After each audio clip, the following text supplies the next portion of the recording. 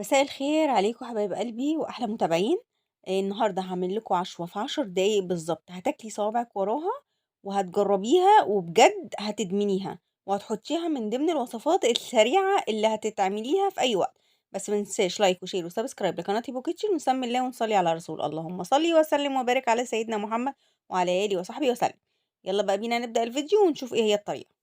بصوا كده يا بنات، اول حاجه هنجيب طاسه كده على النار، وتحدي انا وجوزي، بس بصراحة طلع تحدي حلو. هنجيب شوية زيت كده و... وهنحط فيه بسطرمة، اي نوع بسطرمة اي كمية، وهنحط عليه فلفل سبايسي احمر واخضر، قرن وقرن، وهنبدأ نشوحهم مع بعض. تمام. ده تحدي حلو، وبصراحة طلعت اكلة احلى من اللي انا بعملها. بص هنشوحه كويس كده، وبعد كده هنشيل البسطرمة بالفلفل السبايسي اللي احنا شوحناه، هنشيله على جنب، وهنحط في نفس الطاسة حاجة تانية. هالطافة ابني آمن الشيف الصغير بيضحك عليا. هنشيل اللي احنا حمرناه ده كده، يا دوب اتشوح غير لون بس البسطرمة. تمام. وشوحنا الفلفل حاجات بسيطة في نفس الطاسة، هنحط شوية زيت، هنحط معلقة توم حلوة مفرومة.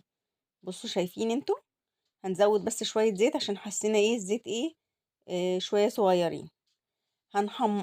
يعني عايزين التوم كده يصفر ما يتحرقش. تمام. هنعمل هتشوفوا، استنوا بجد طلعت تحفة، طعمها خطير، هتأكلك. يعني لو انتي مش جعانة وشميتي الريحة هتاكليها.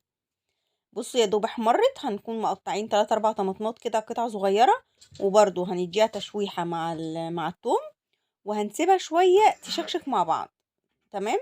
وهنعمل تاني، هنبدأ ننزل بالبسطرمة والفلفل اللي احنا شوحناهم.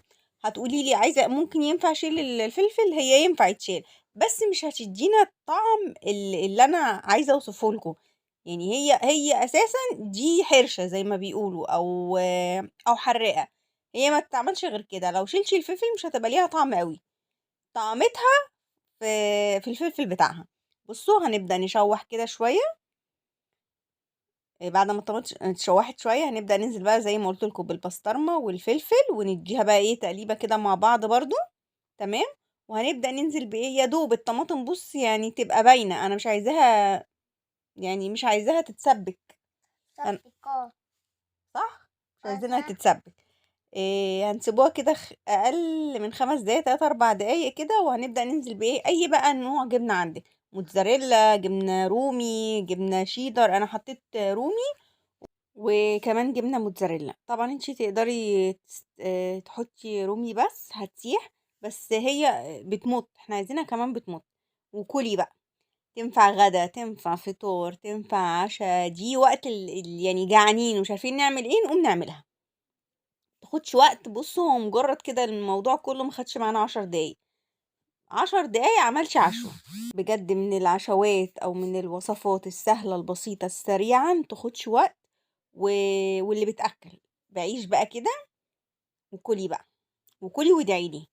لو وصلتش لغاية هنا وما حطيتيش اللايك القمر بتاعي، حطي اللايك، ولو ما لسه جديدة وما اشتركتيش، دوسي على كلمة اشتراك اللي باللون الأحمر، وفعلي الجرس للكل عشان يوصلك أي فيديو أنا بنزله. بصوا الجمال، بصوا الحلاوة، بصوا متمط ازاي.